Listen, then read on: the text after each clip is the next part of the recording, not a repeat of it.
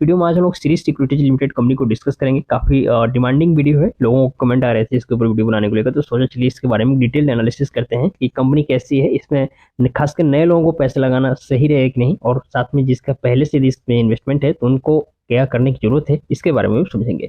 Share में देखिए तेजी का माहौल तो देखते हुए बन रहा है, लेकिन ये तेजी टिकाऊ है कि नहीं, और ये मतलब चूंकि तेजी टिकाऊ रहेगा तभी शेयर प्राइस में जिनका शॉर्ट टर्म का टारगेट है उसमें भी अच्छी खासी ग्रोथ देखने को मिलेगी। सबसे पहले कंपनी के यदि हम लोग काम को डिस्कस करें तो कंपनी फाइनेंस सेक्टर से बिलोंग करती है और साथ में इन्वेस्टिंग भी करती है। आजकल जितने भी आप कंपनियां देखेंगे जो फाइनेंस का सेक्टर से, तो जाहिर सी बात है वो इन्वेस्टमेंट करेगी ही करेगी। इन्वेस्टिंग के क्षेत्र में भी फाइनेंशियल सेक्टर वाली जो कंपनी है वो ध्यान देती है।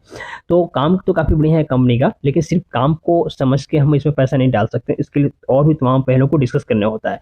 सबसे पहले हम लोग कंपनी का फंडामेंटल समझते हैं। तकरीबन 35 करोड़ के आसपास कंपनी का वैल्यूएशन है, यानी बहुत ही छोटी कंपनी है ये, और स्टॉक का पी देखेंगे तो तकरीबन 1170 के आसपास, काफी वैल्यूएशन वाइज स्टॉक महंगा है ये। भले शेयर प्राइस आपको 44 पैसा ये कम लग सकता है, लेकिन वैल्यूएशन वाइज जब देखेंगे तो ये काफी महंगा स्टॉक है। खैर हम लोग चार्ट पर देखेंगे कहाँ पे क्या करना है, लेकिन चिंता वाली बात यह है, हालांकि बुक वैल्यू से शेयर प्राइस ज़्यादा है ये तो बढ़िया बात है, लेकिन जो रिटर्न ऑन इक्विटी है वो माइनस में है। यानी कि यदि आपका इसमें किसी का पहले से भी पैसा लगा हुआ है तो उन्हें कोई अभी तक रिटर्न इसमें नहीं मिला हुआ, और आप भी यदि इसमें तुरंत पैसा लगाने जाएंगे तो चूंकि इसका रिटर्न ऑन इक्विटी माइनस में, तो आपको आपके इन्वेस्टमेंट पर कोई रिटर्न हाल फिलहाल के दिनों में मिलता हुआ नजर नहीं आ रहा है, जब तक कि रिटर्न ऑन इक्विटी पॉजिटिव नहीं आ जाता या अचानक से कुछ बहुत बड़ा मूवमेंट इसके शेयर प्राइस में देखने को न मिल जाए।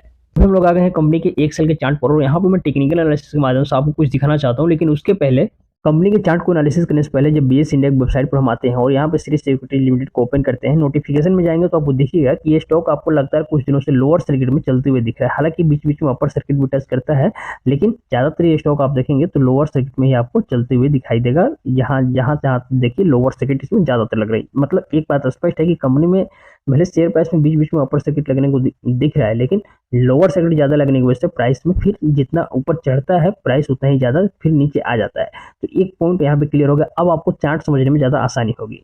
अब यहाँ पर ध्यान से समझिए, ये जो आप लाइन देख रहे हैं इसके लिए जो 60 पैसे के लेवल है, 60 पैसा से लेके 40 पैसा, इसी के बीच में स्टॉक का प्राइस काफी दिनों से कंसोलिडेट करते हुए नजर आ रहा है। जिस दिन इस कंसोलिडेशन इसको ये ब्रेक करेगा, ब्रेकआउट ही होगा और प्राइस इससे ऊपर निकलेगा तो सबसे पहले इजिली आपको 1.5 रुपए के आसपास जाते हुए प्राइस दिखेगा, क्योंकि 1.5 रुपए के आसपास ही सबसे पहले ये जो आप लेवल देख रहे हैं ना 80 पैसा, ये तो इसको इजिली ब्रेक कर दे, क्योंकि इतना लंबा ये ब्रेकआउट होने वाला है, इतना लंबा कंसोलिडेशन का ब्रेकआउट होगा, तो ये इसके लिए कुछ बहुत बड़ा रेजिस्टेंस नहीं है। इसके ऊपर यही एक रेजिस्टेंस है 1.5 रुपए के आसपास, जो कि 1.5 रुपए का प्राइस आपको इजिली जाते हुए दिखेगा जब इसके इस रेंज से बाहर निकलेगा। तो आप शॉर्ट टर्म में यहाँ तक ले जा सकते हैं, लेकिन नया इन्वेस्टमेंट अभी नहीं करना है। जिसके पास पहले से इन्वेस्टमेंट है वो अपना पोजीशन होल्ड करके चल सकते हैं, क्योंकि प्राइस इसके नीचे भी जाने की संभावना बहुत कम है।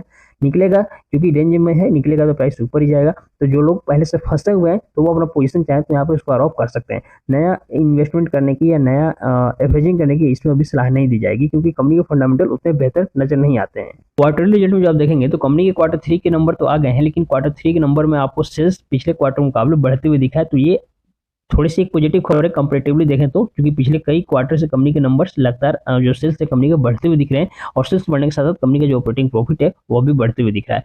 तो कहीं ना कहीं जब नेट जो सेल्स बढ़ रहा है, जब कंपनी का प्रॉफिट बढ़ रहा है, तो इसके बदौलत शेयर के प्राइस में आपको तेजी देखने को मिल रही है, जो मैंने शुरू में दिखाया। लेकिन लोअर सर्किट भी बार बार लग रहा है, क्योंकि अभी फंडामेंटल उतना बेहतर नहीं हुआ है। क्योंकि यहाँ पे जब आप देखेंगे कंपनी के बैलेंस शीट में तो आप पाएंगे कि कंपनी के बैलेंस शीट में जो डेप्ट है कंपनी के पास, जो कर्जा है, वो कर्जा तो भले नहीं है, लेकिन कंपनी के पास जो रिजर्व, अच्छी बात है कि कर्जा नहीं है कंपनी के पास, लेकिन जो फ्री कैश फ्लो होता है वो नहीं है, वो अभी देखेंगे तो माइनस में है। तो फंडामेंटल मतलब आधा चीज बढ़िया है फंडामेंटल में और आधा चीज निगेटिव है। इससे ये पता लगता है कि कंपनी के पोटेंशियल अभी इसमें आने में और समय लग सकता है, आपको थोड़ा इसमें और समय देना होगा। जब आप इन्वेस्टर्स पर आते हैं, यानी कि जहाँ पे शेयर होल्डिंग पैटर्न देखते हैं, तो उसमें देखेंगे कि प्रोमोटर्स की हिस्सेदारी इस स्टॉक में काफी बड़ी है। तकरीबन 30% के आसपास प्रोमोटर्स हैं, पब्लिक की हिस्सेदारी ज्यादातर है, जो यही सी बात है पेनी स्टॉक में ज्यादा होता है। ओवरऑल देखें तो बाकी सारी चीजें तो ठीक है, वही है बस फंडामेंटल थोड़ा सा कंपनी का और बेहतर हो जाए, कंपनी का जो रिटर्न ऑन इक्विटी है जो माइनस में है वो प्लस में आ जाए, तो सोने पर सुहागा हो जाएगा। क्योंकि कंपनी जिस सेक्टर में काम करती है वो काफी बेहतर है, और सेक्टर में चूंकि ग्रोथ की संभावना है, तो उसके लिए सही है कि कंपनी का फंडामेंटल भी उस लेवल का हो, तब हो जाके उसमें इन्वेस्टमेंट करने में मजा आएगा। तो सीरीज सिक्योरिटीज लिमिटेड के बारे में जो जानकारी मैंने आपको दी,